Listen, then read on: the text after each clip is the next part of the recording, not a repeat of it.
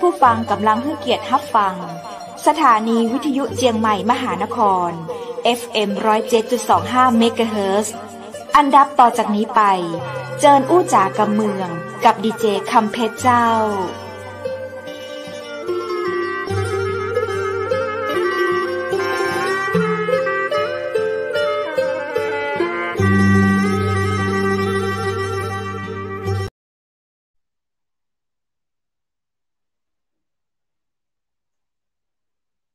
สวัสดีเจ้าสวัสดีคุณผู้ชมที่ฮักและกระตึงหาจะนักนะเจ้า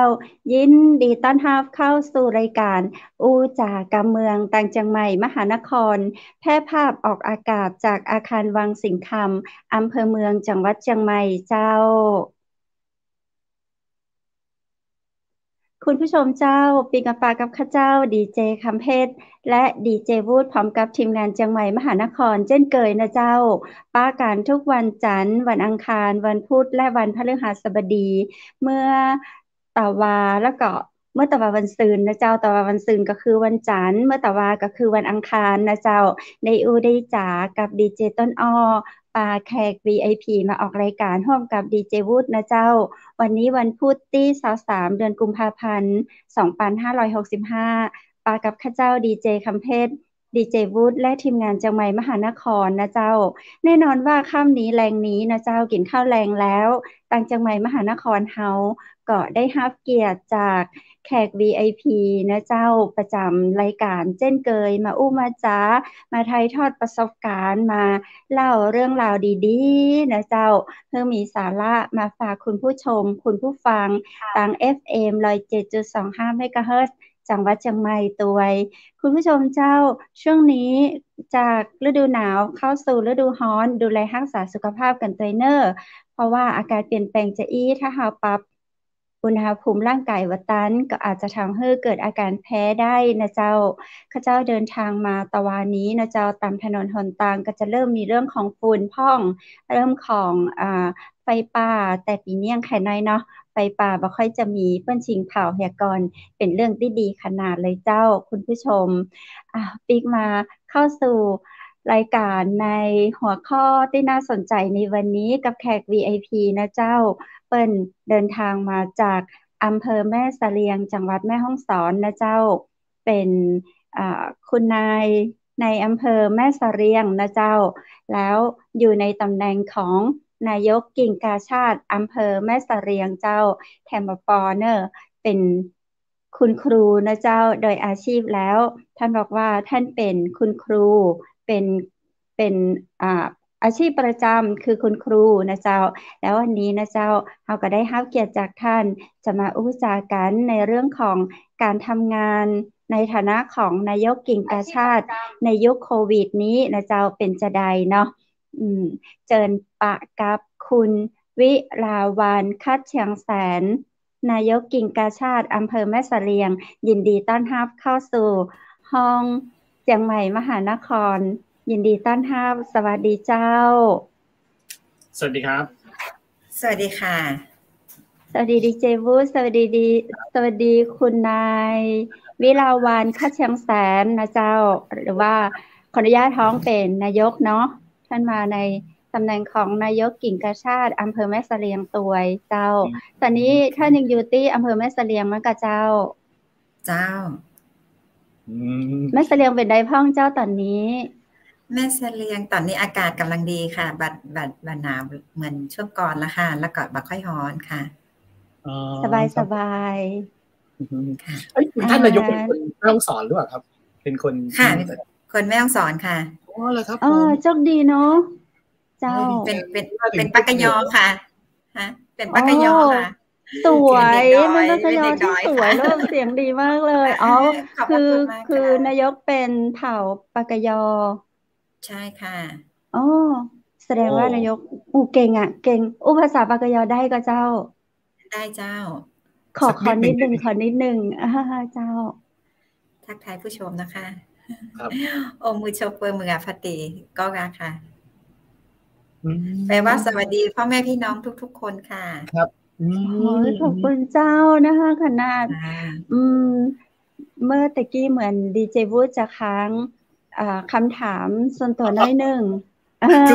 ส่วนตัวน้อยหนึ่งเนาะขออนุญาตนายกเจ้า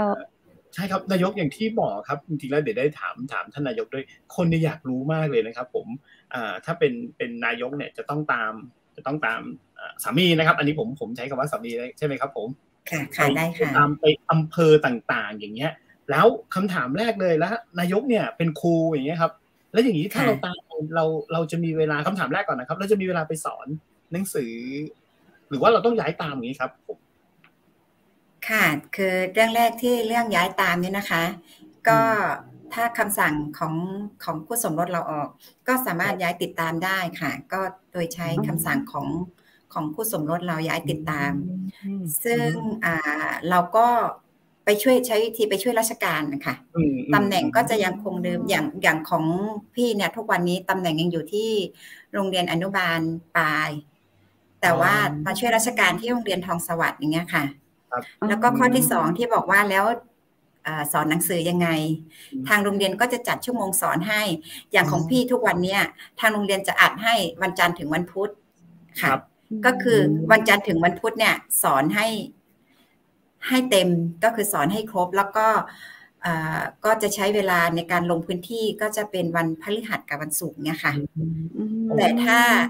ถ้าพฤหัสกับศุกร์ที่เราไม่ได้ลงพื้นที่หรือว่าไม่ได้มีภารกิจอะไรเกี่ยวกับงานกาชาดเราก็ช่วยงานที่โรงเรียนประจำอยู่ค่ะโอ้นี่นอกจากเป็นนายกกิ่งกาชาดแล้วงานประจำก็ยังต้องทำอีกด้วยนะครับแล้วพื้นที่ของแม่ฮ่องสอนเนี่ยอำเภอแม่เสลียงเนี่ยมันเวลาทำงานมันต้องใช้เส้นทางต้องใช้อะไรที่มันลำบากกว่าที่ราบที่ในเมืองแน่ๆเลยอะเจ้านายกถ้าพูดถึงในพื้นที่ของแม่เสลียงนี่นะคะจะเป็นเท่าที่สัมผัสมาคือตั้งแต่รับตำแหน่งเป็นนายกกิ่งกาชาดหรือว่าภรรยาในอำเภอเนี่ยเป็นมาได้3อำเภอละอำเภอแรกก็คือเสริมงามจังหวัดลำปางอำเภอที่2ก็คืออำเภอปายค่ะแม่ฮ่องสอนเหมือนกันแล้วก็อำเภอที่3ก็คือแม่เสลียงซึ่งแม่เสลียงนี่จะเป็นพื้นที่ที่มีความยากลำบากที่สุดน่าจะที่สุดของประเทศไทยแล้วค่ะนะคะไม่ใช่ที่สุดของแม่ฮ่องสอนนะคะจะเป็นที่สุดของประเทศไทยแล้วค่ะเพราะว่าใช่ค่ะพ่อเคยไปสัมผัสที่แบบมันโหดสุดๆนี่คือไม่รู้จะบรรยายยังไงอ่ะถนนหน้าฝนนี่เราก็ไม่สามารถที่จะเข้าหาชาวบ้านได้นะคะเส้นแม่คงเสาหินอะไรเนี้ยนะคะก็หลายๆคนก็น่าจะคุ้นเคยกับชื่อเสียงในเรื่องของความยากลำบากอยู่อย่างเงี้ยค่ะครับผมท่านนายกครับอันนี้ถามนิดนึงท่านนายกมีบุตรกี่คนนะครับผม3ค่ะ3คนอ๋ออย่างนี้อีกคำถามต้องย้ายตามเราไหมคะต้องย้ายตามไหมครับตอนที่เด็กๆตอนที่ลูกยังเล็กอยู่อ่ะก็ย้ายอยู่ค่ะแต่พอลูกขึ้นป.1 ก็อยู่เชียงใหม่กับโดยให้คุณป้าเป็นคนดูแลค่ะก็เราก็อยู่กับผู้สมรสเพราะว่าพูดตรงๆว่าคุณพ่อเขาไม่อยากให้เราแยกอยู่กับเขาบอกว่าอยากให้ช่วยงานตอนที่ไปรับตำแหน่งนายกกิ่งกาชาดอำเภอเสริมงามนั่นนี่ค่อนข้างจะเครียดพอสมควรเพราะว่าพูดตรงๆว่าตอนนั้นเราก็ยังเด็กอยู่เนาะก็คือรู้สึกว่ายังเด็กอยู่ใช่แล้วก็เป็นอะไรที่ใหม่สำหรับเราเข้าไปครั้งแรกก็เคยร้องไห้เลยนะเพราะว่าไหนจะงานใช่คือไหนจะงานประจำของเราแล้วก็ไหนจะงานที่เราจะต้องลงไปรับตรงนั้นแล้วก็เรายังไม่เก่งยังไม่คุ้นเคยกับงานแบบนี้นะคะแต่ก็ได้รับความเมตตาจากทางนายกเหล่ากาชาดแล้วก็รองนายกเหล่ากาชาดลำปางที่ให้การแนะนำเป็นอย่างดีดูแลแล้วก็ชี้แนะเราตลอดก็ผ่านมาได้ค่ะโอ้อันนั้นในพาร์ทของการเป็นนายกนะครับกิ่งกาชาดนะแต่ในพาร์ทของคุณแม่ครับผมโอ้โหคุณครูด้วยพาร์ทของคุณแม่นี่รู้สึกว่าอันนี้ถ้าพูดไปก็เหมือนยกห่างตัวเองเนาะรู้สึกว่าจะรับบทหนักกว่าคุณพ่อหน่อยค่ะถ้าในเรื่องของการดูแลลูกเพราะว่าส่วนใหญ่คุณพ่อเขาก็จะทุ่มเทไปที่งานแต่ว่าคือเรื่องลูกนี่ทุกอย่างก็จะมาอยู่ที่คุณแม่หมดอย่างเงี้ยค่ะก็คือไม่ว่าจะเป็นเรื่องไปประชุมให้ลูกก็เสาร์อาทิตย์ส่วนใหญ่วันศุกร์ ตอนอยู่ลำปางในวันศุกร์เราก็กลับบ้านไปหาลูกทุกอาทิตย์อย่างเงี้ยค่ะแต่ถ้ามีอะไรด่วนเนี่ยเราก็ต้องกลับไปก็ส่วนใหญ่จะเป็นเราอย่างเงี้ยค่ะก็จะกลับไปหาลูกคุณพ่อก็ส่วนใหญ่ก็ไม่ค่อยได้ว่างกลับไปหาลูกสักเท่าไหร่อย่างเงี้ยค่ะนี่นะเขาบอกว่าข้าราชการไทยนี่ทุ่มเทสุดๆจริงๆนะครับไม่ใช่แค่ตัวคุณสามีอย่างเดียวนะต้องคุณภรรยานี่ถ้าเข้าใจต้องทุ่มเทด้วยนะครับค่ะก็ต้องดูแลลูกด้วยใครว่าคุณนายสบายมาฟังบทสัมภาษณ์วันนี้เลยนะเจ้าด้วยอะไรด้วยอย่างเงี้ยแล้วด้วยแบบต้องเก่งจริงๆด้วยอย่างเงี้ยครับผมเจ้าเก่งมากเลยครับผมอันนี้มาถามถึงบทบาทของนายกกิ่งกาชาติของแม่เสลียงนะครับผมเป็นยังไงครับตอนนี้รับมาตำแหน่งหมายถึงว่าได้มาอยู่ในพื้นที่นี่นานกี่เดือนกี่ปี1 ปีกับ1 ปีกับอีก10 เดือนแล้วค่ะ1 ปีกับ10 เดือนก็เกือบ2 ปีแล้วนะจะ2 ปีแล้วค่ะเดี๋ยววันที่เมษายนนี้ก็จะครบ2 เดือนแล้วค่ะวันที่14 เมษายนจะครบ2 เดือนค่ะมาในช่วงที่โควิดกำลังสนุกด้วยนะครับเนาะใช่ค่ะตอนนั้นโควิดกำลังวุ่นช่วงใหม่ๆนั้นก็เครียดอยู่ค่ะตอนนั้นคือก็เครียดพอสมควรนะเพราะว่าตอนที่ได้รับคำสั่งสามีได้รับคำสั่งย้ายจากอำเภอปายมาแม่เสลียงนะคือแม่เสลียงยังไม่โควิดยังไม่ขึ้นก็คือยังไม่มีผู้ติดเชื้อแต่ว่าอำเภอปายมีผู้ติดเชื้อแล้วอย่างเงี้ยค่ะตอนนั้นถามว่าเครียดไหมก็เครียดไปทุกอย่างเลยค่ะเพราะมันเป็นเรื่องที่ใหม่เข้ามาเนาะแต่ว่าพอเรามาอยู่แม่เสลียงแล้วเนี่ยก็คือตั้งสติได้ก็ปรับตัวได้อยู่ค่ะปรับตัวได้ก็คือที่ไหนมีโควิดที่นั่นเราก็ต้องไปอย่างเงี้ยค่ะแต่ถามว่าเราปลอดภัยไหมก็ปลอดภัยมาจนถึงทุกวันนี้นะคะเพราะว่าตรงไหนที่บอกว่ามีชาวบ้านติดหรือว่าชาวบ้านกักตัวเพราะว่าเสี่ยงสูงเราก็ต้องลงไปช่วยอย่างเงี้ยค่ะลงไปช่วยในที่นี้คือเราก็ไม่ได้ถามว่าไปช่วยไหมก็ไปอย่างน้อยไปให้กำลังใจเขาของที่เราไปเยี่ยมน่ะด้วยความที่ว่ากิ่งกาชาติมันเป็นแค่ระดับอำเภอเนาะงบประมาณก็มีไม่ได้มากมายถึงขั้นที่เราจะเอางบไปช่วยเหลือในยามฉุกเฉินแบบนี้เราก็ไม่มีงบก็ต้องขอจากส่วนกลางก็คือจากสภากาชาดไทยค่ะก็โดยการทำงานของเราก็ต้องอาศัยเป็นทีมใหญ่เลยนะคะก็คือบูรณาการกันหลายๆฝ่ายไม่ว่าจะเป็นในอำเภอผู้ใหญ่บ้านอสม.แล้วก็องค์กรปกครองส่วนท้องถิ่นแล้วก็ภาคประชาชนด้วยค่ะผู้ประกอบการกับภาคประชาชนก็มีส่วนช่วยงานของกิ่งแม่เสลียงเนี่ยถือว่าเยอะมากๆค่ะเพราะว่าของที่เราช่วยเนี่ยบางส่วนเราขอมาจากส่วนกลางได้แต่ว่าอย่างน้ำหรือว่าเพราะว่าเวลาคนที่เขาเป็นน่ะคือเขาต้องกักตัวแล้วคนที่เสี่ยงสูงก็ต้องกักตัวอย่างเงี้ยนะคะเราก็ต้องไปช่วยเขาคือช่วงแรกๆเนี่ยทุกคนเข้าใจนะว่าทุกคนก็กลัวเราก็กลัวทุกคนรอบข้างก็กลัวบางคนน่ะถึงขั้นแบบยังไงอะรังเกียจเลยเนาะคือใครเป็นแล้วก็คือแบบไม่อยากให้ไม่อยากมีปฏิสัมพันธ์เลยอย่างเงี้ยยังไม่มีความเข้าใจเนาะใช่ค่ะแต่ในทีมงานของกิ่งกาชาติแม่เสลียงนี่ก็คุยกันว่าคือในเมื่อชาวบ้านน่ะเขาเดือดร้อนแล้วอ่ะเราก็จะนิ่งเฉยไม่ได้แต่ทั้งนี้ทั้งนั้นเวลาเราลงพื้นที่เนี่ยเราก็ต้องระมัดระวังตัวเองให้ถึงที่สุดอย่างเงี้ยค่ะทั้งใส่ถุงมือทั้งคือทุกอย่างใส่หน้ากากคือทุกอย่างเจลแอลกอฮอล์นี่ต้องพกตลอดเลยอย่างเงี้ยค่ะพอมาอยู่แม่เสลียงได้สักพักนึงเนี่ยเดือนเมษาปีที่แล้วเดือนเมษาปี64แม่เสลียงกับศพเมยเนี่ยจะมีจำนวนผู้ติดเชื้อที่ค่อนข้างจะสูงเยอะมากถึงขั้นที่ว่าบางหมู่บ้านเนี่ยต้องปิดเลยนะคะค่ะ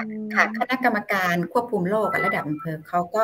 พิจารณาแล้วว่าถ้าปิดหมู่บ้านมันก็เหมือนซีนหมู่บ้านไม่ให้ใครเข้าใครออกเนี่ยนะคะก็มันก็ช่วยได้ในระดับหนึ่งที่ไม่ให้เชื้อโรคมันแพร่ออกมาอย่างเงี้ยค่ะก็แล้วทางกิ่งกาชาติก็เข้าไปกระเจ้า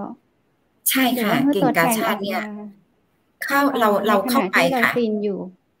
ใช่ค่ะเข้าไปเนี่ยก็คือบุคคลภายนอกอ่ะจะไม่ได้เข้าไปแต่เราเข้าไปเราก็ต้องมาตรการเราก็ต้องเข้มที่สุดก็คือเราไม่ให้บุคคลอื่นเข้าไปแต่เราเข้าไปเนี่ยเราเอาของไปให้แล้วก็เราก็ต้อง ดูแลตัวเองโดยที่เวลาลงพื้นที่แต่ละที่เนี่ยจะต้องบอกทุกคนว่าไม่ให้หยิบไม่ให้จับไม่ให้สัมผัสอะไรใดๆทั้งสิ้นเลยค่ะแล้วก็ทุกคนเนี่ยคือจะต้องไม่ปิดปากจะต้องไม่เปิดปากก็คือให้ปิดผ้าแมสเนาะให้ติดตลอดเลยอย่างเงี้ยค่ะแม้กระทั่งก่อนจะขึ้นรถเนี่ยต้องเอาสเปรย์แอลกอฮอล์ฉีดรองเท้านะคะใช่ตอนที่เข้าไปในหมู่บ้านที่เป็นก็คือเราก็ต้องเซฟตัวเองให้ที่สุดเนี่ยพอเราเข้าไปในพื้นที่ถามว่ากลัวไหมก็กลัวหนึ่งเรากลัวเราจะไปติดมากลัวสองเรากลัวเราจะไปเอาโรคกลับมาให้คนข้างนอกทางบ้านเราเองนะคะก็ต้องดูแลตัวเองให้ถึงที่สุดนะคะแต่ของที่เราให้เนี่ยยกตัวอย่างนะคะยกตัวอย่างที่หมู่บ้านโพซอนี่ติดครั้งแรกนั่นคือเป็นหมู่บ้านที่อำเภอแม่เสลียงในอำเภอสั่งปิดเป็นหมู่บ้านแรกเพราะว่ามีผู้ติดเชื้อนักเรียนนักเรียนหอพักติดก็สั่งปิดเราก็ใช้วิธีระดมค่ะระดมของจากภาคประชาชนและก็ภาคผู้ประกอบการก็ได้เยอะนะคะก็คือถือว่าชาวอำเภอแม่เสลียงแล้วก็ที่เพื่อนในเฟซที่รู้จักกันคือยอมรับเลยว่าคนไทยไม่ทอดทิ้งกันค่ะครับผมเราระดมอะไรไม่ว่าจะเป็นน้ำเป็นอาหารเป็นอะไรที่พอจะช่วยได้ทุกคนหลั่งไหลคือน้ำใจเนี่ยหลั่งไหลเข้ามาแบบเกินกว่าที่เราคาดการไว้เยอะเนี่ยค่ะเราก็เข้าไปช่วยแต่หลังจากนั้นมันก็มีขึ้นมาเรื่อยๆหลายหมู่บ้านเราก็ต้องช่วยอย่างเงี้ยค่ะแต่มันก็มีบางพื้นที่นะที่แบบว่าเราลงไปช่วยเราลงไปด้วยตัวเองไม่ได้เพราะว่ามันติดด้วยการเดินทางถึงบอกตั้งแต่ต้นเมื่อกี้ว่าพื้นที่แม่เสลียงเนี่ยจะเป็นพื้นที่ที่ทำงานยากลำบากที่สุดแล้วก็มันน่าจะยากลำบากที่สุดในประเทศไทยอะค่ะเพราะว่ามีอยู่ช่วงหนึ่งที่หมู่บ้านโกแปะเขาติดหมู่บ้านโกแปะนี่ติดแล้วก็เป็นหน้าฝนด้วยเขาไม่สามารถจะออกมาหาเราได้เราก็ไม่สามารถจะเข้าไปหาเขาได้มีอยู่ทางเดียวใช่ค่ะมีอยู่ทางเดียวก็คือเราต้องลำเลียงสิ่งของไม่ว่าจะเป็นเจลแอลกอฮอล์หรือว่าเป็นอะไรนะแคปซูลฟ้าทลายโจรหรือว่าอะไรที่ทางสาธารณสุขจะเข้าไปช่วยได้เนี่ยทุกอย่างเนี่ยเราเข้าไปหาเขาไม่ได้เขาก็ออกมาหาเราไม่ได้แต่ก็มีเขาเรียกว่าสุขศาลาเจ้าหน้าที่สาธารณสุขทางนั้นเขาก็ไปวัดไข้ไปดูแลกับคนที่ติดเชื้อตลอดเนาะเขาดูแลก็เลยไม่ได้เหตุการณ์ก็ไม่ได้บานปลายแล้วก็ควบคุมสถานการณ์ได้อยู่แต่ตอนนั้นเนี่ยเราก็เลยต้องขอความช่วยเหลือจากตชด.ที่33เชียงใหม่นะคะก็เราก็ได้รับความร่วมมือเป็นอย่างดีค่ะก็ตอนนั้นก็ได้เฮลิคอปเตอร์มาลำเลียงขนของให้เราค่ะรู้สึกว่าภาพจะมีอยู่นะคะที่กำลังขนของลำเลียงไปเนี่ยค่ะโอ้ด้วยพื้นที่นะครับท่านนายกเนอะด้วยพื้นที่หลายๆทางนะอย่างแม่เสลียงเนี่ยรู้เลยว่าโอ้โหพื้นที่หลายๆที่เนี่ยเราจะไปเนี่ยก็ลำบากนะผมถึงบอกอย่างเมื่อกี้ท่านนายกบอกว่าแม่เสลียงเนี่ยเป็นพื้นที่ที่เอาพูดง่ายๆปราบเซียนที่สุดในประเทศไทยนะครับผมเข้าใจเรื่องการเดินทางครับผมเพราะว่าอย่างที่บอกว่าถ้าเราอยู่พื้นราบเนี่ยเดินทางก็จะง่ายนะครับไปไหนมาไหนก็จะอัน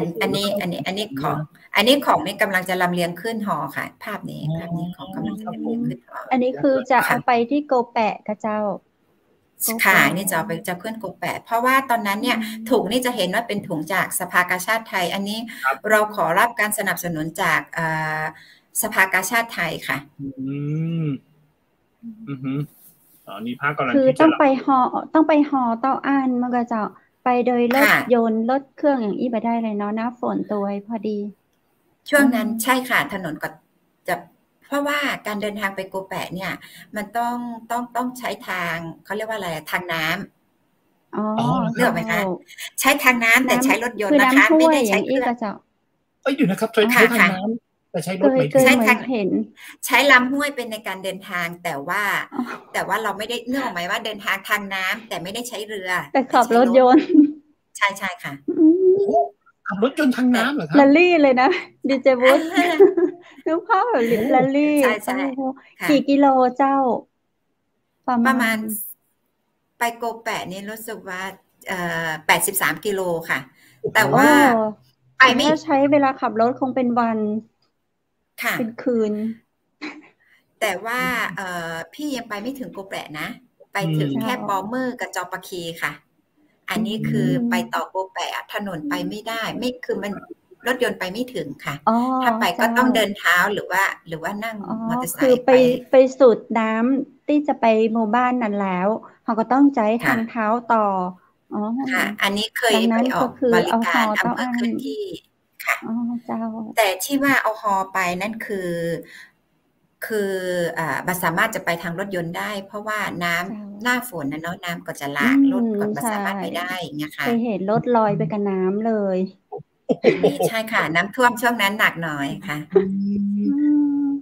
ในการทำงานแต่ละวันเนี่ยแบบเคยแบบโอ้โหท้อไหมครับท่านนายกแบบว่าโอ้โหไม่โอ้โหการเดินทางเนี่ยมันเหนื่อยจังเลยนะโอ้โหแล้วมันเอาตรงๆเลยเสี่ยงเหมือนกันนะอันนี้ต้องเสี่ยงอย่างที่จะพูดว่าท้อไม่เหนื่อยไหมเสี่ยงนะครับผมว่าอะไรเงี้ยเคยท้อแบบตื่นมาแบบอะไรต้องเดินทางอีกแล้วต้องอยากไปคุณนายอยู่ที่บ้านอย่างเขาแบบเรียกกันจังเลยอะไรใช่เคยคิดอยู่เคยคิดอยู่ค่ะว่าทำไมเขาเรียกคุณนายแต่ในความเป็นจริงการใช้ชีวิตมันไม่ใช่นะอย่างเงี้ยค่ะ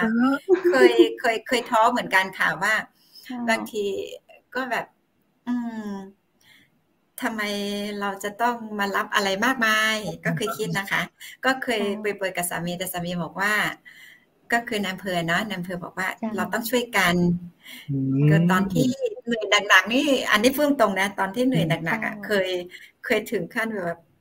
ที่เราหย่ากันเถอะอะไรอย่างเงี้ยคือขอแยกหย่าไม่ไหวแล้วอะไรอย่างเงี้ยแต่บางทีพอเราลงไปช่วยคนที่เขายากไร้จริงๆอ่ะเราไปเห็นสภาพเรานึกออกไหมว่าคนที่เขาไม่มีคำว่าไม่มีนี่เขาไม่มีจริงๆเลยนะคะเราไปเห็นสภาพเนี่ยคำว่าไม่มีนี่คือไม่ใช่แค่ยากจนน่ะก็คือไม่มีแม้จะกินอย่างเงี้ยพอเราไปช่วยมีโอกาสได้ไปช่วยเขาก็เห็นรอยยิ้มบางคนเนี่ยเขาเห็นเราไปช่วยเขาก็ร้องไห้เลยนะเราก็มันก็บางทีเราเห็นรอยยิ้มของชาวบ้านก็ทำให้เรารู้สึกว่า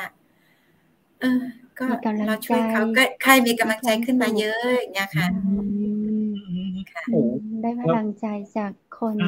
เนาะเป็นพลังบุญด้วยให้ก็เลยมาถึงตรงนี้ฮึดฉันต้องสู้ต่อฉันต้องทำงานต่ออย่างเงี้ยนะครับผมตาดำๆรออยู่ค่ะแต่ว่ามาอยู่แม่เสลียงเนี่ยคือถ้าจะว่าไปเนี่ยก็พี่เป็นคนโชคดีครับถือว่าตัวเองโชคดีนะคะไปอยู่ที่ไหนเนี่ยจะได้รับความร่วมมือจากเขาเรียกว่าอะไรอะทั้งชาวบ้านแล้วก็กำนันผู้ใหญ่บ้านในเครือข่ายของเราอะค่ะเขาจะสนับสนุนเราตลอดพอสนับสนุนเราก็มีกำลังใจขึ้นอย่างเงี้ยตอนมาทำงานใหม่ๆก็คือถ้าอะไรที่มันต้องมาเริ่มต้นจากยากๆบางทีมันก็ท้อเนาะแต่ว่าพอตอนที่เข้ามาอยู่แม่เสลียงใหม่ๆอะตอนแรกก็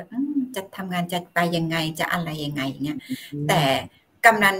จำได้เลยว่าวันนั้นวันแรกที่ไปพบปะกับกำนันผู้ใหญ่บ้านในวันประชุมกำนันผู้ใหญ่บ้านกำนันผู้ใหญ่บ้านวันนั้นกำนันผู้ใหญ่บ้านเขาเรียกว่าอะไรลงขันลงขันให้เรา8,000 บาททั้งอสมทั้งกำนันผู้ใหญ่บ้านเขาเก็บเขาช่วยกันคือเขาออกตังค์กันวันนั้นนะคนละ100 200 10 บาท20 บาทรวมเป็นเงิน8,000ท้วนเลยนะคะวันนั้นแล้วก็ในอำเภอก็สนับสนุนมาให้อีก10,000ก็รวมเป็นเรามีเงินอยู่ตรงนั้น10,000กับ8,000 บาททีแรกก็บอกว่าจะไม่ไหวแล้วไม่เอาแล้วเนี่ยแต่พอเราเห็นกำนันผู้ใหญ่บ้านเขาพร้อมใจช่วยเราแบบนี้เราก็กำนันผู้ใหญ่บ้านเขาให้ใจเราขนาดนี้แล้วเราจะเฉยมันก็ไม่ได้เนาะก็เลยต้องก็เดินต่อค่ะจนทุกวันนี้ก็ถือว่าใช่ค่ะทุกวันนี้ยังขาดแคลนอะไรเนี่ยเราแค่ลงเฟซแป๊บเดียวขอรับการสนับสนุนจากภาคประชาชนแล้วก็ภาคผู้ประกอบการอะไรเนี่ยเราก็ได้แบบคือล้นหลามเลยเงี้ยค่ะตอนที่โควิดระบาดเนี่ยถามว่าทำงานยากไหมยากมากๆเลยนะคะเพราะว่าเงินเราก็ไม่มีงบที่เอามาตั้งไว้สำหรับบริหารโควิดแล้วก็เราก็ใช้วิธี จะทำยังไงงบเราก็ไม่มีก็เลยโทรไปปรึกษาทางสภาค่ะสภาก็แนะนำว่าสามารถรับบริจาคได้ในภารกิจฉุกเฉินภารกิจพิเศษเขาบอกนี่นะคะเราก็เวลามีใครบริจาคเข้ามาเราก็เขียนใบเสร็จให้ใบเสร็จของกาชาดเนี่ยขอแนะนำว่าสามารถเอาไปลดหย่อนภาษีได้นะคะอ๋อแล้วครับผมได้ค่ะแล้วทีนี้ก็เลยเพราะว่าตอนนั้นเนี่ยแม่เสลียงกับศพเมยระบาดเยอะแล้วคุณหมอก็ไม่ได้พักเครื่องมืออุปกรณ์ตอนนั้นมันเป็นเรื่องใหม่สำหรับทุกหน่วยงานเนาะก็อุปกรณ์เขาก็ไม่ครบทางหมอก็บอกว่าอยากได้ชุด PPE อยากได้หน้ากาก N95 แล้วก็เครื่องวัดชิปสัญญาณชีพแล้วก็เครื่องวัดออกซิเจนเนี่ยค่ะ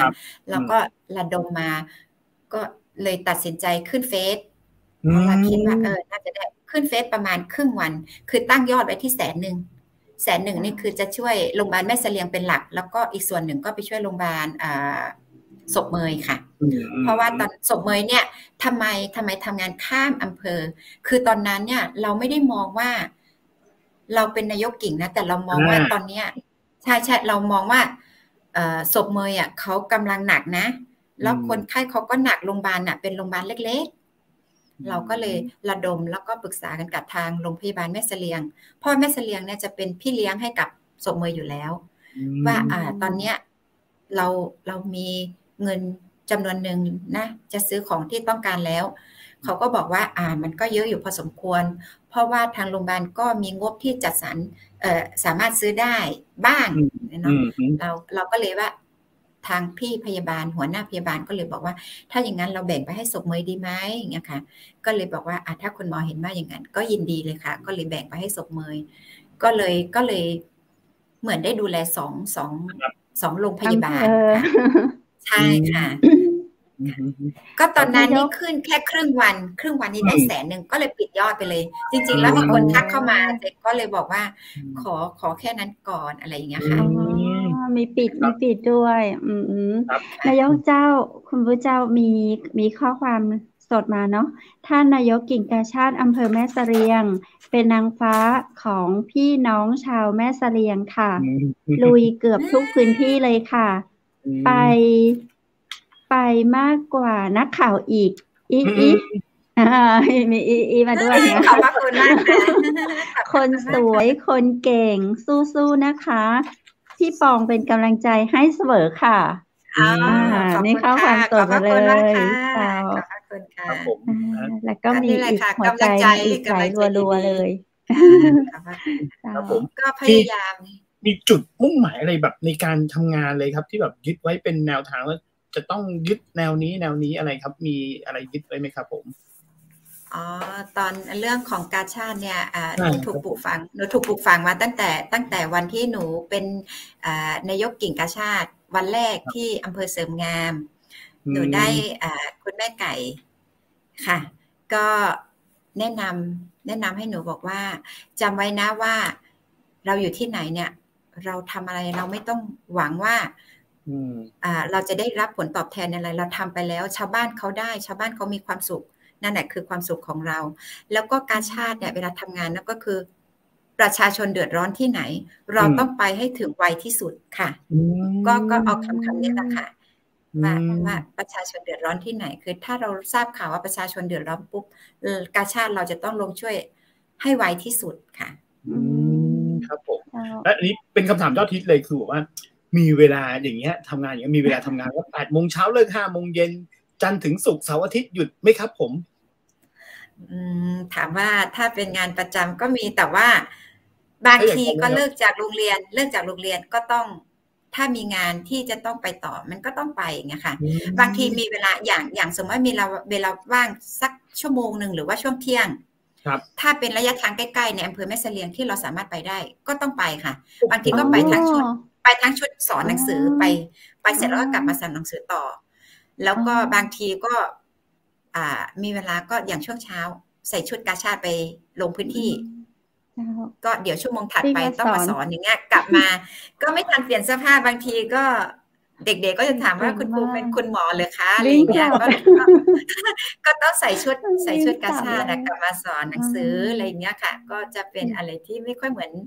คุณครูทั่วไปค่ะ โอ้โฮไม่ต้อง แต่ ถาม ว่า ถึง โชคดี เสาร์อาทิตย์นะครับ ไม่ค่อยได้หยุดแน่นอน เสาร์อาทิตย์เหรอคะ เสาร์อาทิตย์นี่ก็มีบ้างค่ะที่ไม่ค่อยได้หยุด แต่ว่าเพราะว่าส่วนใหญ่อะลูกๆเรียนที่เชียงใหม่กันเนาะ ครั ก็ บ จะไปหาลูกๆที่เชียงใหม่ อืม เนี่ยค่ะ แต่ว่าถ้าเสาร์อาทิตย์เนี่ยส่วนใหญ่นายอำเภอเขาจะลุยเองเนี่ยค่ะ แต่ถามว่าถ้างานไหนที่เราเลี่ยงไม่ได้ต้องไปด้วยไหม ก็ต้องไปอย่างเงี้ยค่ะ ซึ่งลูกๆก็เข้าใจอยู่ก็โอเค เข้าใจนะครับ ค่ะ อ๋อ น้องก็เข้าใจนะครับ เข้าใจ แบบแหมเข้าใจว่าการทำงานของคุณพ่อคุณแม่เป็นแบบนี้นะครับผม อะ ค่ะ ฮะ ไม่ใช่ว่าแบบจะสะดวกสบายหรือว่าอะไรอย่างงี้เลย โอ้โฮ ดีครับ ใช่ ดีครับที่ครอบครัวเข้าใจน้องๆเข้าใจอย่างเงี้ย ผมว่ามันก็เป็นแบบ ค่ะ จุดเริ่มต้นเล็กๆนะครับ ครอบครัวแข็งแกร่งเงี้ย ผมว่ามันก็เนาะ เดี๋ยวน้องก็มองคุณพ่อคุณแม่เป็นไอดอลนิดหน่อย น้องก็ตาม ค่ะ ในความมานะอดทนเมตตาของคุณพ่อคุณแม่ที่ทำแบบเพื่อประชาชน ไม่เพียงแต่คุณพ่อที่ดำรงตำแหน่ง แต่คุณแม่ก็ทำไม่น้อยกว่าคุณพ่อเลย เหมือนที่นายกบอกเมื่อกี้ว่ามากกว่าอีก ครับ เพราะต้องดูแลลูกอีก3 คน ค่ะ แล้วโอ้โฮ มากกว่าอีก ค่ะ ครับ อันนี้เป็นครอบครัวข้าราชการจริง แล้วน้อง3คนน่ะครับ คิดว่าจะมาในแนวทางนี้บ้างไหมครับ? ใช่ คือทราบมาว่าคนสุดท้องเนี่ยเก่งทำพิซซ่า อันนี้แบบ ติด ยัง แนวไปเลย ไงอะ อยากฟัง อยากชิมด้วยซ้ำเลย เห็นคุณพ่อคุณแม่ทำงานหนักอย่างนี้แล้วเนี่ย เอ๊ะ เขาแบบแหมอยากเป็นข้าราชการเหมือนอย่างคุณพ่อคุณแม่หรือว่ายังไงครับผม? ตอนนี้เนี่ยเท่าที่รู้มาเนี่ยคือลูกๆทั้ง3คนก็ยังไม่มีใครบอกว่าอยากจะเป็นข้าราชการนะคะ คงเห็นพ่อกับแม่น่าจะเหนื่อย แล้วก็น่าจะไม่ค่อยมีเวลาให้ลูกๆเนี่ยค่ะ แต่ก็ยังไม่รู้อะเนาะว่าอนาคตอะน้องจะรับราชการหรือว่าจะทำงานอะไรอย่างเงี้ยค่ะ แต่ว่าอย่างน้องคนเล็กเนี่ยพอดีช่วงนี้ปีเนี้ยเรียนออนไลน์ทั้งปีเนาะ แล้วก็จริงๆแล้วน้องเรียนภาษาจีนอยู่ที่โรงเรียนช่องฟ้าค่ะ คนเล็กนี่ แต่คนโต2คนนี่ คนโตนี่เรียนอยู่มหาลัยราคานิติศาสตร์ปี 2 แล้วก็คนรองนี่ค่ะ เรียนสาธิตมช. ม. 3 ค่ะ คนเล็กนี่ปีนี้มาอยู่ด้วย ก็ชอบทำอาหารอยู่แล้วก็เลย ปกติแกชอบทำอาหารเกี่ยวกับอาหารฝรั่งอะนะคะ ครับ ค่ะ แกค่ะช่วงนี้แกทำมาอยู่ด้วย เวลาว่างแกก็จะทำอะไรนะ พิซซ่าขายด้วยค่ะ ก็ถือว่าดี คุณแม่สอนหรือว่าน้องไม่ค่ะ คุณแม่ทำไม่เป็น เวลาคุณแม่ช่วยจะโดนดุ พ่อคุณแม่เหนื่อย น้องก็เลยจะทำให้คุณพ่อคุณแม่ทาน น่ารักมากครับ น้องจะชอบ เติม ดูในคลิป ม ค่ะ ดูในยูทูบแล้วก็มาทำเองอะค่ะ อ๋อ ครับผม แต่คุณพ่อคุณแม่ก็ไม่ได้แบบไปอะไรจะต้องมาในแนวทางนี้หรือว่าแล้วแต่เลย3คนอยากไปในแนวทางไหนแล้วแต่เขาเลย ใช่ค่ะ แล้วแต่เลยค่ะว่าใครอยากไปทางไหนก็อยากก็แล้วแต่อย่างเงี้ยค่ะ ไม่ได้ฟิกว่าลูกจะต้องเรียนคนแรกเรียนนิตินี่ก็น่าจะมาแนวทางของคุณพ่อเนาะ ไม่น่านะคะคือแต่ก็อย่างน้อยก็ใกล้เคียงรัฐศาสตร์อะไรเงี้ยใกล้เคียง แต่ก็ไม่แน่เนาะอนาคตว่าน้องจะไปทางไหน แต่ว่าณเวลานี้น้องก็ไม่ได้มีความฝันว่าอยากจะเป็นปลัดอำเภอหรือนายอำเภอเหมือนคุณพ่อเงี้ยค่ะน่าจะเห็นงานคุณพ่อแล้วไม่ค่อยมีเวลาให้ลูกครับผมครับนายกครับผมถามนิดนึงอย่างนายกเป็นปากกยนะครับผมพูดถูกใช่ไหมครับผมใช่ไหมครับผมตอนนี้เนี่ยอย่างที่แม่เสลียงเนี่ยก็จะมีแบบหลายชนเผ่าอะไรอย่างเงี้ยนะครับผมอันเนี้ยมันทำให้เป็นจุดได้เปรียบไหมครับที่แบบนายกจะเข้าใจหลายๆด้วยเรื่องภาษาเนี่ยแน่นอนอยู่แล้วบางทีเราก็สามารถใช่ได้เปรียบตรงนี้แล้วได้เปรียบไหมครับในการที่แบบนายกก็มาเป็นชนเผ่าปากกยเหมือนกันไหมครับถามว่าได้เปรียบไหมล่ะคะในแนวของการทำงานน่าจะขึ้นกับตัวบุคคลมากกว่าค่ะคือไม่ว่าเราจะเป็นคนชนเผ่าหรือว่าคนมาจากไหนเนี่ยในแนวของการทำงานถ้าเราทำเพื่อพี่น้องชาวบ้านจริงๆเนี่ยเขาก็มองออกนะคะเขาก็รับรู้ได้ถึงความจริงใจที่เรามีให้เขาอย่างเงี้ยค่ะเพียงแต่ว่าทุกวันนี้ เวลาเราไปเจอชาวบ้านที่เขาเป็นปากกยอด้วยกันเราก็พูดภาษาปากกยอกับเขาเนี่ยเขาก็จะแบบดีใจมากอย่างเงี้ยค่ะเขาก็จะแบบมีความสุขใช่เขาก็คือเหมือนประมาณว่าภูมิใจว่าเมียในอำเภอเป็นกะเหรี่ยงนะอะไรอย่างเงี้ยเขาบอกว่าคือเขาก็จะบอกว่าเนื่องว่าสมัยก่อนเขาก็จะมองว่าเมียในอำเภอคืออยู่อีกระดับหนึ่งชาวบ้านอย่างเราก็จะไม่มีโอกาสไม่กล้าคุยกับใช่กลัวเลยได้ยินชื่อในอำเภอนี่หลบก่อนแต่พอเราไปคุยกับชาวบ้านเขาก็จะรู้สึกว่าก็มีความสุขเขาก็ยิ้มอย่างเงี้ยกันเองได้วันนี้ก็ถือว่าเป็นเรื่องที่ดีเนาะผมว่านะผมถือว่าเป็นเรื่องที่ดีที่แบบว่าเราก็สามารถเข้าถึงได้เนี่ยครับเขาก็แต่ชนเผ่าอื่นๆก็โอเคนะคะคือหมายถึงว่าตอนอยู่ปลายเนี่ยมีทั้งลีซอร์ทั้งม้งอะไรเงี้ยเราก็เข้ากับเขาได้เราลงพื้นที่ก็เขาก็แฮปปี้เราก็แฮปปี้ค่ะเขาก็รู้นะว่าเราเป็นปากกยออย่างเงี้ยครับครับนายกพูดได้กี่ภาษาเจ้าภาษาพื้นนะเจ้ามีภาษาชนเผ่านี่ไม่ได้แต่ภาษากะเหรี่ยงได้แต่ภาษาปากกยอมีภาษาปากกยอภาษาไทยภาษาเมืองภาษาไทยค่ะก็ได้เยอะ5 ภาษาแล้วนะเนี่ย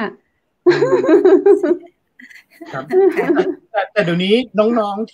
ที่แบบไม่ว่าจะเป็นกะเหรี่ยงหรือว่ารีซอร์อะไรเงี้ยเดี๋ยวนี้เรื่องของการศึกษาเนี่ยผมเห็นเนี่ยเขาก็สามารถเข้าไปเรียนที่เชียงใหม่ก็ไปเรียนอะไรอย่างเงี้ยได้ปกติเลยใช่ไหมครับผมใช่ค่ะตอนนี้การเรียนก็ทุกอย่างก็น่าจะทัดเทียมค่ะเพราะว่าผมเพิ่งจะผ่านงานนางสาวเชียงใหม่ประกวดนางสาวเชียงใหม่แล้วเสร็จปุ๊บก็มีต่อเทพธิดาดอยคนได้ที่1นะลูกศิษย์นะเอาเหรอครับผมเบอร์บอกเบอร์คุณวุฒิเลยคุณวุฒิเป็นโปรดิวเซอร์อยู่ใช่ไหมครับผมใช่ค่ะเป็นคนขุนยวมเขาเป็นเพื่อนกับลูกชายค่ะอ๋อแล้วครับผมใช่น้องมุกกันนะคะน้องมุกเป็นเพื่อนกับลูกชายคนโตค่ะโอ้คือเพราะอย่างเทพธิดาดอยเนี่ยคือต้องบังคับเลยว่าจะต้องเป็นคนที่จะมาจากชนเผ่าเท่านั้นอะไรอย่างเงี้ยนะครับผมไม่ใช่แบบคุณทั่วไปอย่างเงี้ยคุณเพชรเข้าประกวดไม่ได้นะต้องบอกก่อนนะครับผมต่อให้คุณเพชรจะสวยยังไงก็แล้วแต่คุณเพชรก็เข้าประกวดไม่ได้อย่างเงี้ยครับผมแต่น้องเขาเนี่ยนะครับโอ้โหผมพอเขาประกาศแล้วว่าเขาเรียนหมอใช่ไหมครับผมที่มช.แล้วได้ตำแหน่งเนี่ยผมชื่นชมเลยนะแบบไม่แล้วเวลาเขาพูดภาษาเขาเนี่ยคุณวุฒิฟังรู้เหรอคะฟังเข้าใจถ้าเขาพูดเก่งเข้าใจเขาพูดเดี๋ยวว่าไม่เข้าใจเพชรไปแปลก็ได้แต่เก่งมากนะแสดงว่าเดี๋ยวนี้ความเท่าเทียมกันทัดเทียมกันเนี่ยมีหมดเลยไม่ได้มีการว่าคนนี้ห้ามมาเรียนตรงนี้คนนี้ห้ามเดินทางไปตรงนี้ใช่ไหมครับผมคือเขาก็คือเป็นคนไทยเหมือนเรามีบัตรประชาชนมีอะไรทุกอย่างเราหมดใช่ค่ะแต่ว่าบ้านอยู่บนดอยจะได้เป็นที่ดาดอยน่าจะมีคำว่าเทพด้วยเนาะเทพธิดานอกจากน้องคนที่ได้ที่1แล้วตอนนี้เราก็มีน้องๆหลายๆคนเนี่ยก็คือประสบความสำเร็จในเรื่องของการเรียนในเรื่องของการทำงานมีหลายๆคนอยู่แล้วใช่ไหมครับผมใช่ค่ะท่านตอนนี้ก็ถือว่าไม่ต้องยกตัวอย่างที่ไหนหรอกค่ะอำเภอแม่เสลียงบนอำเภอแม่เสลียงนี่ปลัดอำเภอส่วนใหญ่เป็นปากกยอหมดเลยนะคะค่ะเก่งก็ยังแซวอยู่เลยว่านายอำเภอไม่ได้เป็นกะเหรี่ยงนะแต่มีเมียเป็นกะเหรี่ยงปรากฏว่าปลัดอำเภอเป็นกะเหรี่ยงเกือบหมดแล้วก็อสก็กะเหรี่ยงเกือบหมดอะไรอย่างเงี้ยส่วนใหญ่ใช่ค่ะผมว่าดีตรงที่ในแง่ของเขาจะเข้าใจด้วยนะยิ่งพื้นที่ของเขาเนี่ยเขาก็จะเข้าใจว่าพื้นที่นั้นต้องการอะไรและเราคืออะไรดีเลยพอเขาสอบได้เขาก็เลือกเข้าพื้นที่ที่เหมาะกับเขาก็จะได้แบบทำงานได้คล่องตัวขึ้นเนาะถ้าแบบมองไปอู้กำไทยมันอาจจะเหมือนว่าที่ว่าในอำเภอมาโล่นหนีก่อนเนี่ยเนาะถ้าหัวในอำเภอมีแฟนเป็นชนเผ่าเดียวกันกับเราจะมีความรู้สึกแบบเราคุยได้ปรึกษาได้เนาะบางคนล่ามีปัญหาอย่างท่านนายกก็เลยกลายเป็นนึกถึงเพลงนั้นเลยดีเจวูดเจ้าที่ดาประจำอำเภอร้องยังไงล่ะคะไม่เคยฟังเหมือนกันเจ้านึกถึงเลยครับโอ้อย่างนี้แสดงว่าคือเดี๋ยวนี้เรื่องของการทำงานโอเคน้องๆหลายๆคนเนี่ย ไม่ต้องกลัวเลยใช่ไหมครับคุณไม่ต้องเข้ากรุงเทพใช่ก็สามารถอะไรนี้ได้เลยมีคนชนเผ่าคอยช่วยเหลือคอยดูแลกันเนาะไปหากันเหมือนพี่เหมือนน้องไปปรึกษาได้เจ้าถ้ายกพอทราบไหมครับตอนนี้มีทางแม่เสลียงหรือว่าอะไรเงี้ยตอนนี้เรื่องของคนที่ยังไม่มีบัตรประชาชนเงี้ยเราก็ยังดูแลอะไรอย่างนี้ให้เขาอยู่ใช่ไหมครับผมคนที่ยังไม่มีบัตรประชาชนตอนนี้กิ่งกาชาติไม่ได้ดูแลค่ะแต่ว่าในอำเภอคนนี้คือหมายถึงในอำเภอปัจจุบันนี้นะคะในอำเภอสังคมคเชียงแสนเนี่ยพอดีแกขับเคลื่อนเรื่องนี้อยู่แล้วค่ะก็จะมีมอบคือจริงๆแล้วเนี่ยชาวเขาบางคนน่ะเขาเป็นคนไทย 100% นะคะแต่ว่าอย่างที่บอกว่าแม่คงสายเมื่อกี้กูแปะเนี่ยเวลาเขาจะออกมาถ่ายบัตรประชาชนหรือว่ามาแจ้งเกิดเนี่ยเขาจะต้องเหมารถออกมาเนี่ยครั้งละ 7,000 บาทนะคะโอ้โหเพราะฉะนั้นกรุงเทพไปกลับเลยดิจิบุตคือเหมารถออกมาอันนี้นี่คือไปสอบถามชาวบ้านแล้วเหมาอำเภอนะเนี่ยครั้งละ 7,000 บาทนี่คือมา1คนก็ 7,000 มาด้วยกันหลายๆคนก็ 7,000 คือเหมาเป็นรอบไงคะแล้วก็ไม่ใช่ว่าจะมีตลอดนะคะรถไม่ได้มีตลอดแล้วก็นานๆทีจะมีเพราะฉะนั้นถามว่าคนกลุ่มนี้เนี่ยเขามีโอกาสที่จะตกหล่นไหมตกบางคนด้วยความกลัวไงคะลูกเกิดมาได้ใช่ลูกเกิดมาได้ 2-3 ปีแล้วอันนี้ทราบข่าวคือในอำเภอเล่าให้ฟังลูกเกิดมาได้ 2-3 ปีแล้วเพิ่งมาแจ้งเกิดแต่จะแจ้งเกิดบอกว่าเกิดได้3 ปีแล้วก็ไม่กล้าไงคะก็ต้องแจ้งความเท็จว่าลูกเพิ่งเกิดบ้างอะไรอย่างเงี้ยก็คือให้ความเท็จว่าแต่พอมันมีปัญหาขึ้นมาว่าทำไมรูปหน้าไม่สอดคล้องกับอายุอะไรอย่างเงี้ยก็มาสอบกันไปบางคนพี่น้องกันมาแจ้งเกิดแล้วห่างกันแค่ 2-3 เดือนอย่างเงี้ยมันเป็นไปไม่ได้ไงคะค่ะซึ่งก็มีการแก้ไขเยอะแล้วก็บางคนก็คือก็ใช้ชีวิตอยู่ตามป่าตามเขาก็ไม่ต้องเดือดร้อนใครไม่ต้องมาแจ้งเกิดก็ได้อะไรอย่างเงี้ยแต่พอมาในอำเภอคนนี้เขาก็คือประมาณว่าถ้าชาวบ้านได้บัตรประชาชนมีเลข13 หลักอ่ะเขาก็จะเข้าถึงการรับบริการจากภาครัฐได้หลายอย่างเลยนะแล้วทีนี้ใช่ค่ะใช่ค่ะคือถ้าไม่มีบัตรประชาชนปุ๊บทั้งที่เขาเป็นคนไทยแต่ว่าไม่มีบัตรประชาชนอย่างเงี้ยก็ไม่มีสิทธิ์ที่จะขอรับอะไรยังไงคะค่ะ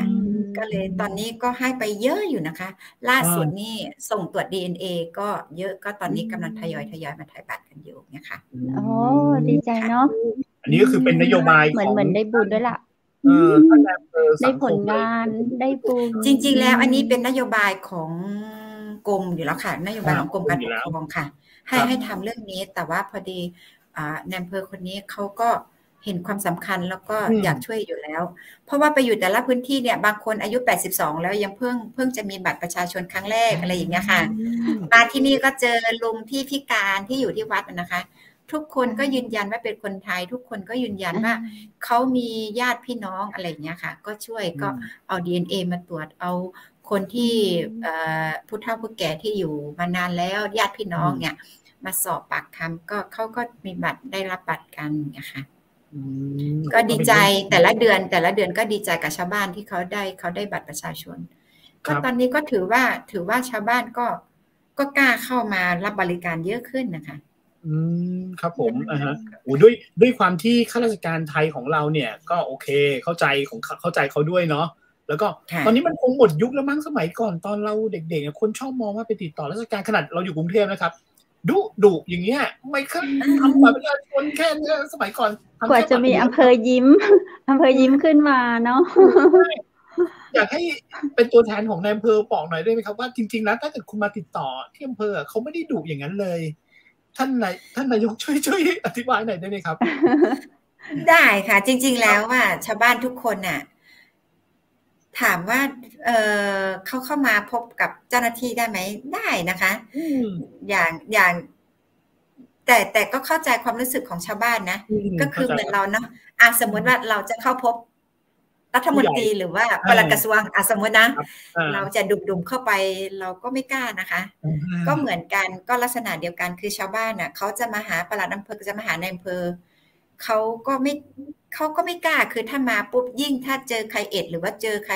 พูดจาไม่ดีด้วยอย่างเงี้ยมันก็จะเป็นภาพที่ฝังใจเขาไงคะแต่ว่า ยุคนี้ไม่น่าจะมีแล้วเนาะเพราะว่ายุคนี้ก็โซเชียลมันก็ไวอยู่เนี่ยค่ะก็อยากจะบอกชาวบ้านทุกคนว่ามีอะไรก็เข้ามาหาได้ค่ะโดยเฉพาะของในเขตอำเภอแม่เสลียงนี่มีปัญหาอะไรสามารถขอเข้าพบในอำเภอได้ค่ะได้เลยโดยตรงขึ้นไปเลยก็ได้ค่ะครับก็คือแบบไปส่วนตัวก็ได้เนาะไปส่วนตัวได้แต่ว่าถ้าเลือกส่วนไม่ต้องแห่มาประท้วงเยอะแยะไม่ต้องเรื่องส่วนตัวได้ก็ให้คำปรึกษาได้ก็ให้แต่ว่าเรื่องมาที่อำเภอดีกว่าเนาะมาที่อำเภอดีกว่ารับรองว่ามาที่อำเภอเนี่ยเอกสารทุกอย่างอยู่ครบเครื่องไม้เครื่องมือเยอะนะครับใครจะทำอะไรนะครับผมว่าอันนี้มันคงหมดยุคแล้วแหละที่แบบว่าโอ้ยกลัวจังเลยแต่เราเข้าใจผมเข้าใจเขานะอย่างนี้ครับท่านนายกครับผมฝากไว้ด้วยอย่างผมก็เคยไปทำสารคดีต่างจังหวัดบ่อยๆผมเห็นเด็กบางคนนะครับเด็กบางคนอยู่บนยอดเขาสูงๆเด็กบางคนเก่งมากนะครับเก่งมากเลยที่แบบมี DNA ที่แบบเก่งเลยอย่างเงี้ยแต่โอเคสุดท้ายแล้วเนี่ยเขาก็ไม่สามารถที่จะถ้าเด็กคนนี้ได้รับการแบบถ้ามีบัตรนะมีบัตรหรือเขามีโอกาสเขาก็ได้เป็นช้างเผือกเนาะใช่พัฒนาไปได้ไกลเลยอย่างเงี้ยครับผมตรงนี้อาจจะต้องแบบฝากไว้ด้วยนิดนึงว่า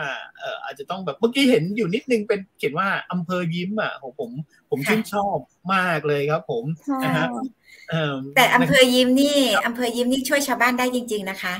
อย่างเราไปใช่อย่างเราไปที่วาทูเงี้ยที่บอกว่าเราไปที่วาทูไปจอซีเดอร์อย่างเงี้ยการเดินทางเนี่ยที่บอกว่าต้องเหมารถออกมากันครั้งละ 7,000 อย่างเงี้ยค่ะอันนั้นนะคือพอเราเข้าไปเนี่ยก็เอาเจ้าหน้าที่ไปถ่ายบัตรด้วยไปรับแจ้งไปช่วยคือใช่ไปทำให้ทุกอย่างเนี่ยค่ะก็ไปให้บริการให้ความสะดวกเขาแทนที่เขาจะเดินมาหาเราก็เดินไปหาเขาไปให้เขาถึงที่อย่างเงี้ยก็ถือว่าช่วยเขาได้เยอะมากๆนะคะแล้วก็อยากให้ชาวบ้านทุกคนที่อยู่ตามป่าตามเขาว่าทางการเนี่ยไม่ได้ทอดทิ้งพวกคุณนะคะทางการก็พยายามทุกวิถีทางที่จะเข้าไปช่วยแต่ว่ามันก็อาจจะติดด้วยหลายๆอย่างไม่ว่าจะเป็นการเดินทางงบประมาณหรือว่าคือมันมีทุกอย่างมันก็มีอุปสรรคแต่ว่าเราก็จะพยายามทุกวิถีทางค่ะก็อยากจะให้ทุกคนเข้าใจด้วยไงค่ะครับโอ้โหเห็นด้วยสนับสนุนเลยครับแบบอำเภอยิ้มอย่างเงี้ยอย่างที่บอกว่าคือตอนนี้เราจะทำงานแบบตั้งรับไม่ได้แล้วเนอะเพราะว่าเราถ้าเกิดเราเข้าไปเนี่ยด้วยพื้นที่เราก็จะได้เห็นจริงๆนะว่าชาวบ้านเขามีปัญหาอะไรอย่างเงี้ยแล้วเข้าไปช่วยผมสนับสนุนด้วยจริงๆอย่างที่บอกว่าไปทำบัตรให้ด้วยไปถึงว่าในพื้นที่เรามีรถโมบายที่จะทำอะไรอย่างเงี้ยครับผมเห็นด้วยเลยอันนี้เป็นภาพอันนี้คืออะไรครับมอบอะไรครับเนี่ยอันนี้มอบหนังสือนี่มอบทุนการศึกษาค่ะนะครับผมมอบทุนการศึกษาที่แม่ปุ๋นอันนี้จะเป็นงานล่าสุดเมื่อวันที่18ค่ะ18เดือนนี้แหละค่ะ18กุมภาพันธ์ที่ผ่านมาใช่ค่ะแม่ปุ๋นนี่อยู่ที่ไหนอะเจ้าแม่ปุ๋นอยู่ตำบลป่าแปะเจ้าไก่ตำบลป่าแปะอำเภอแม่เสลียงเนี่ยค่ะการเดินทางนี่จะสู้ทางเสาหินไม่ได้คือหมายถึงว่าการเดินทางทางนี้จะเป็นฝุ่นลำบากไหมก็ลำบากแต่ว่าลำบากน้อยกว่าเสาหินกับแม่คงที่ลำบากสุดๆนะคะอันนี้ก็หน้าฝนก็ถูกตัดขาดเหมือนกันอย่างปีที่แล้วนี่ถูกตัดขาดไปประมาณ2 เดือนที่ดินสไลด์ปิดถนนเลยก็ไม่สามารถไปไหนได้อย่างเงี้ยเขาออกมาไม่ได้เราก็ไปหาเขาไม่ได้อย่างเงี้ยค่ะอันนี้นักเรียนส่วนใหญ่นี่เวลาเราไปออกอำเภอเคลื่อนที่ก็จะมีทุนการศึกษาไปให้เด็กๆค่ะทุนการศึกษานี่ก็จะมีทุนส่วนใหญ่เนี่ยเราจะได้รับการสนับสนุนจากผู้ใหญ่ใจดีนี่นะคะค่ะอันนี้ซองนี่รู้สึกว่าจะเป็นซองจากพัฒนาชุมชนค่ะจะเป็นกองทุนของพระเทพที่สนับสนุนให้เราค่ะค่ะเป็นพระมหากรุณาธิคุณเนาะวันนี้พอฟังปุ๊บเนี่ยผมก็แบบ เห็นแล้วว่าข้าราชการไทยของเราเนี่ยนอกจากพี่ที่เป็นนายอำเภอแล้วเนี่ยนะครับผมจะมีเวลาอะไรกันวิเนี่ยใจกันด้วยนะครับถ้าไม่เข้าใจกันเนี่ยก็แต่ผมเห็นหลายๆคนนะครับก็สามารถทำงานอย่างเงี้ยได้หมดเงี้ยครับผมเห็นแล้วก็แบบดีใจกับข้าราชการไทยจริงๆที่แบบว่าอุ่นใจครับเราขนาดเราเป็นคนกรุงเทพนะเราเป็นคนกรุงเทพที่เรารู้สึกว่าทุกอย่างมันสะดวกสบายแล้วเราเห็นแบบโอ้โหเดินทางอย่างนู้นอย่างนี้เนี่ยผมยกย่องเลยครับแล้วก็นับถือจริงๆเพราะว่าก็มีเหมือนกันอย่างที่ถามท่านนายกไปครับเพราะว่าก็มีแบบมีพี่ๆที่รู้จักเนี่ยโหต้องตามสามีไปอย่างเงี้ยแล้วก็งานประจำก็ยังต้องทำคือคุณสามีเนี่ยทำงานในพื้นที่ได้แต่พี่ที่เป็นภรรยาเนี่ยงานประจำยังต้องทำอยู่แล้วก็ต้องมาละบทบาทนึงเป็นนายกกิ่งกาชาติเนี่ยผมว่าแบบ เหนื่อยจริงๆนะครับผมฮะใช่ยึดหลักอะไรอีกนิดนึงไหมครับผมยึดหลักอะไรไหมในการแบบเหนื่อยแล้วคิดยังไงที่แบบพอเห็นอะไรยังไงแล้วถึงแบบว่าหายเหนื่อยอย่างเงี้ยครับก็อยากจะเป็นส่วนหนึ่งของการทำงานช่วยสนับสนุนให้คู่สมรสหรือว่านายอำเภอเราทำงานเพื่อชาวบ้านให้ได้ผลจริงๆเนี่ยค่ะทำทุกอย่างถ้าชาวบ้านได้รับผลดีเราก็มีความสุขด้วยอย่างเงี้ยค่ะเพราะว่าตัวเองก็เติบโตมาจากครอบครัวที่อยู่บนดอยเนาะคือเราเติบโตมากับความยากลำบากเนี่ยค่ะพอเราไปเห็นความยากลำบากของชาวบ้านเนี่ยเราก็เข้าใจค่ะเอาอย่างนี้ไหมคะเดี๋ยวถ้ามีโอกาสร่วมอำเภอเคลื่อนที่ด้วยกันไหมคะจะเห็นมันลำบากนะคะ แต่ว่ามันก็มีความสุขดีเจวุฒิไปถ่ายทำไปมากเลยครับผมเพราะว่าดีเจวุฒิไปถ่ายทำในความลำบากจะได้เข้าใจใช่ครับนายกไปโอเคถึงจะอยู่กรุงเทพนะครับถ้าแบบแจ้งมาได้ที่ไหนที่ลำบากสุดๆเนี่ยนายกแจ้งผ่านมาทางเชียงใหม่มหานครได้เลยครับใช่จริงๆนะคะอันนี้จริงๆนะคะเดี๋ยวจะติดต่อทางดีเจเพชรก็แล้วกันว่าค่ะอยากจะให้ไปร่วมให้ได้ไปเห็นด้วยค่ะครับผมเพราะว่าภาพพวกนี้เราอยากถ่ายทอดมาให้เห็นนะอย่างที่บอกว่าโอเคอย่างช่วงโควิดเนี่ยมันเดินทางไปทำงานอะไรลำบากมากอย่างเงี้ยครับผมแต่พอตอนนี้เรารู้เลยว่า1ปกติก็ลำบากอยู่แล้วนะช่วงโควิดยิ่งลำบากเข้าใหญ่เนี่ยแต่การทำงานของนายกเนี่ยก็ยังสามารถทำงานได้แบบต่อเนื่องเลยนะครับโดยที่ไม่ขาดเลยครับผมครับสัญญาว่าเดี๋ยวมีทริปไหนเจ๋งๆขึ้นไปเนี่ยนี้ติดต่อเลยครับขอไปเก็บภาพอะไรเงี้ยครับได้ค่ะยินดีมากเลยขอบพระคุณมากค่ะครับผมครับโอเคคุณเพชรเราคุยกันมาประมาณชั่วโมงนึงแล้วเนาะครับก็ท่านนายกมีอะไรอยากจะฝากอะไรถึงคุณผู้ชมที่ชมรายการไหมครับว่ายังไงบ้างครับก็อยากจะบอกโดยเฉพาะฝากถึงคนแม่เสลียงนะคะว่าเอาโหดเลยเอาโหดเลยให้ทีมงานเชียงใหม่มหานครไปครับอันนี้นะแม่เสลียงมีคดีเลยนะครับอินเทอร์เน็ตนี้ครับผมค่ะก็อยากจะฝากถึงคนแม่เสลียงทุกคนนะคะว่าในอำเภอกับเราก็คือนายกกิ่งกาชาติใช่ก็พร้อมที่จะช่วยเหลือชาวบ้านทุกคนนะคะแต่ว่ามันอาจจะติดขัดด้วยหลายๆอย่างบางทีเราอาจจะช่วยเหลือได้ไม่เต็มที่เท่าที่ควรแต่ก็คือขอยืนยันว่าเราก็จะพยายามทำทุกวิถีทางเพื่อให้พี่น้องเราได้รับการบริการที่ดียิ่งขึ้นค่ะแล้วก็อยากจะเชิญชวนผู้ใหญ่ใจดีถ้ามีโอกาสก็ยินดีที่จะรับบริจาคสิ่งของที่จะนำไปช่วยเหลือผู้ยากไร้นะคะก็คือเวลานายกจะอะไรก็คือเป็น Facebook ของนายกใช่ไหมครับเวลาที่นายกจะโพสต์ขึ้นมาว่าใช่ค่ะใช่ค่ะ Facebook ก็คือชื่อตามนี้เลยวิลาวันใช่ค่ะชื่อตามนี้เลยค่ะดีครับเดี๋ยวจะช่วยเป็นอีกหนึ่งกระบอกเสียงครับผมในการที่แบบขอบพระคุณมากค่ะขอบพระคุณค่ะดีมากเลยครับผมเพราะว่าเห็นว่าเป็นคนทำงานจริงๆเลยแหละครับผมแล้วก็อย่างที่บอกว่าผมเคยไปสัมผัสบรรยากาศของแม่ฮ่องสอนมาแล้วเรารู้ว่าการเดินทางเนี่ยมันลำบากจริงๆเนาะ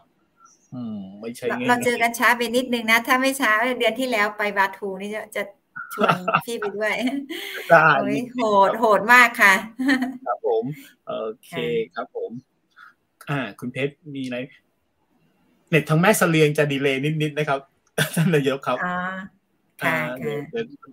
คุณเพชรมีอะไรต่อไหมครับผม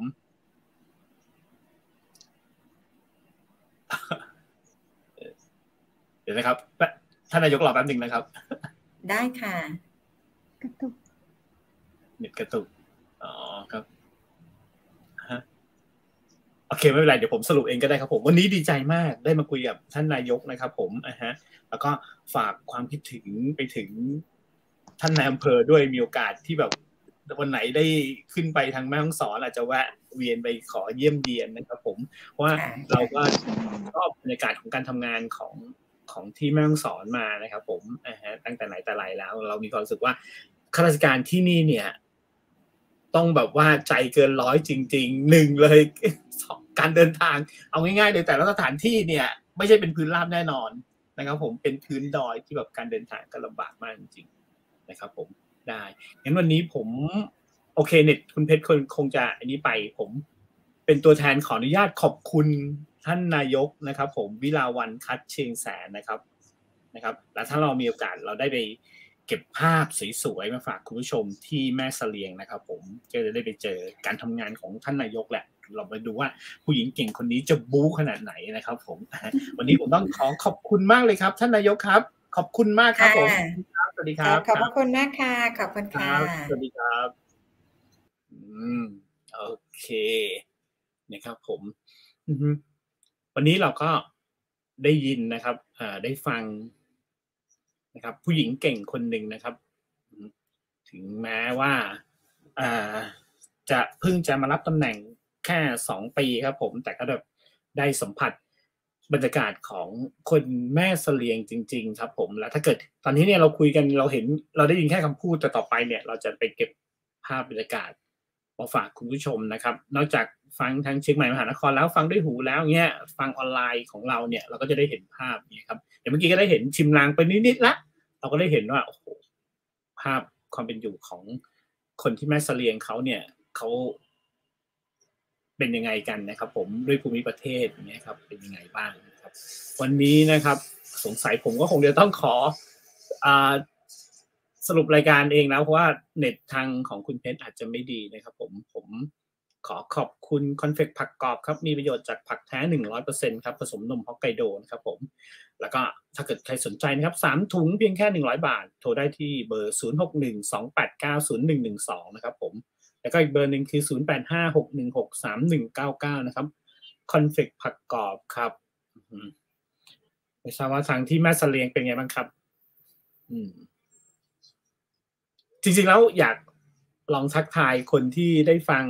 ทางสถานีวิทยุเชียงใหม่มหานครนะครับถ้าได้ฟังปุ๊บเนี่ยกดไลค์เราชอบก็แชร์ไปนะครับผมกดติดตามเราได้นะครับก็จะมีแบบหมายถึงว่ามีคนเข้ามาร่วมรายการของเราทุกๆวันนะครับผมตอนนี้เน็ตแม่เสลียงอาจจะนิ่งๆไปหรือยังไงไม่ทราบได้นะครับไม่รู้ว่ามีฝนหรือว่าอะไรหรือเปล่านะครับครับโอเคก็โอเคคุณเพชรมาแล้ว คุณเพชรมาแล้วครับคุณเพชรครับผมขออนุญาตเมื่อกี้ผมลาท่านนายกกิ่งกาชาติไปแล้วครับผมพูดสรุปให้ฟังแล้วครับผมแล้วก็ไงก็เจ้าต้องขอบคุณดีเจวุฒิเนาะแล้วก็ต้องขออภัยคุณผู้ชมเป็นอย่างยิ่งแล้วก็ต้องขออภัยท่านนายกกิ่งกาชาติแม่เสลียงมาเจิญเปิ้นเข้ามาแล้วว่าได้ลาเปิ้นแต่ว่าดีเจวุฒิก็ลาแตนไปแล้วนะเจ้าจะได้กับขอสุมาอภัยตัวยซึ่งเราก็หวังเป็นอย่างยิ่งว่าโอกาสต่อไปเราจะได้เจอได้มาอู้มาจ๋ากับท่านนายกกิ่งกาชาติแหมในหลายๆบทบาทที่ท่านมีเนาะบอกว่าจะเป็นตำแหน่งของคุณนายในอำเภอแม่เสลียงนายกกิ่งกาชาติอำเภอแม่เสลียงแล้วก็อาชีพคุณครูนะเจ้าตะกี้เพิ่นก็เล่าว่าเพิ่นสอนอยู่ที่โรงเรียนทองสวัสดิ์วิทยาคารตัวยเนาะแถมบ่เป็นคุณแม่ลูก3ที่จะต้องดูแลออกเยี่ยมเยียนพี่น้องประชาชนได้อย่างทั่วถึงจากการใช้ภาษาได้ตั้งหลายภาษาเนาะบ่ว่าจะเป็นภาษาไต้หรือว่าภาษาไทยใหญ่ภาษากำเมืองภาษาไทยภาษาปากยอหรือว่าเผ่าของกะเหรี่ยงเนาะเป็นอย่างที่เหมือนที่เปิ้นโชว์มาในช่องเชียงใหม่มหานครว่าท่านเป็นเหมือนนางฟ้าแต่เลยเนาะข้าเจ้าขอมอบแหมตำแหน่งหนึ่งมงกุฎให้เปิ้นเทพธิดา เทพธิดาประจำอำเภอเจ้าก็ขอบคุณไปถึงท่านในอำเภอสังคมคัดเชียงแสนด้วยเนาะได้มีภรรยาที่ดีแล้วก็สมบูรณ์ได้ถึงขนาดนี้ขอบพระคุณท่านนะเจ้าที่ส่งภรรยามาอูมาจ๋ามาให้สาระกับเฮาในรายการอูจากกับเมืองต่างจังหวัดมหานครวันนี้ตะกี้ดีเจวูดขอบคุณผู้สนับสนุนรายการเฮาไปแล้วนะเจ้าข้าเจ้าขอบคุณตังน้ำผึ้งตวยนะเจ้าน้ำผึ้งสารวินน้ำผึ้งตราสารวินที่เมื่อตะคืนนี้เจ้าของโรงงาน ผลิตแล้วก็เจ้าของฟาร์มเลี้ยงผึ้งเปิ้นออกมาชี้แจงเปิ้นออกมาแนะนำในเรื่องของประโยชน์การดื่มกินน้ำผึ้งช่วงเวลาไหนดีนะก่อนนอนก็จะทำให้เรานอนหลับได้สบายนอนหลับลึกดูแลสุขภาพของเราบำรุงร่างกายของเราได้ช่วงเช้าก็เติมมะนาวก็จะทำให้มีวิตามินซีช่วยดูดซึมเข้าสู่ร่างกายของเราให้กระปรี้กระเปร่าให้ชื่นอกชื่นใจเนาะใครชอบน้ำเย็นก็ใส่น้ำแข็งใครไม่ชอบน้ำเย็นก็ใส่น้ำอุ่นได้ดื่มน้ำผึ้งวันละช้อน2ช้อนชาเพื่อดูแลบำรุงสุขภาพไม่ใช่แบบดื่มไปแก้วเนาะมันเป็นเหมือนแบบสมุนไพรดูแลสุขภาพท่านใดที่สนใจเรื่องของน้ำผึ้งนะเจ้าก็ถามเพิ่มเติมได้ที่ทีมงานจังหวัดมหานครเดี๋ยวเขาก็จะเชิญคุณเมย์หรือว่าผู้รู้ที่เกี่ยวกับน้ำผึ้งมามาจ๋าให้ฟังเพิ่มเติมแต่วันนี้ท่านใดสนใจอยากจะดื่มอยากจะชงให้คนที่เฮาฮักเนาะแบ่งปันให้กับคนที่เฮาฮักแล้วก็ดูแลตัวเก่าให้ดีเจ้าก็แนะนำน้ำผึ้งตราสารวินโทรสอบถามได้นะเจ้าเปิ้นส่งบริการให้ทั่วประเทศตึงราคาปลีกแล้วก็ราคาส่งตัวเนาะดีเจวุฒิสอบถามได้ที่เบอร์โทร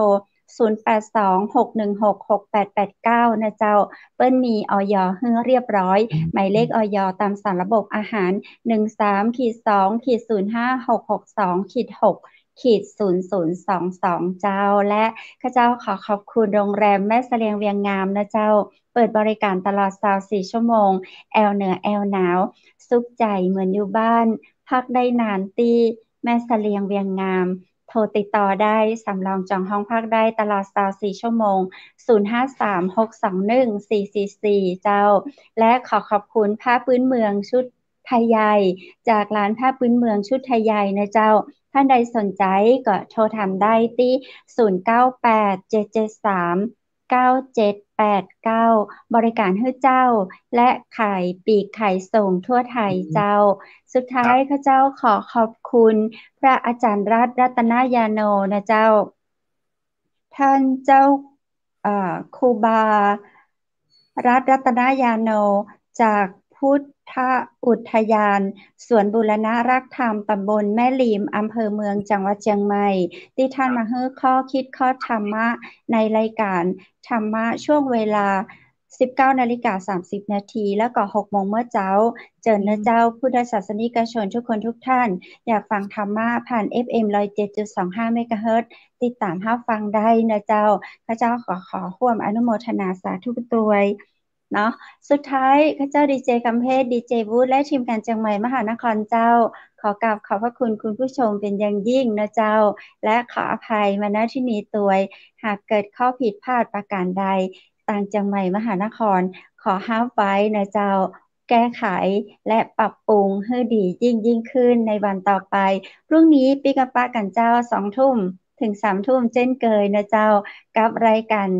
ดีๆจะอี้เนาะอู้จากกับเมืองไต้กันสำหรับวันนี้นั้นส่งคุณผู้ชมเข้านอนให้นอนหลับฝันดีราตรีสวัสดิ์เจ้าสวัสดีครับ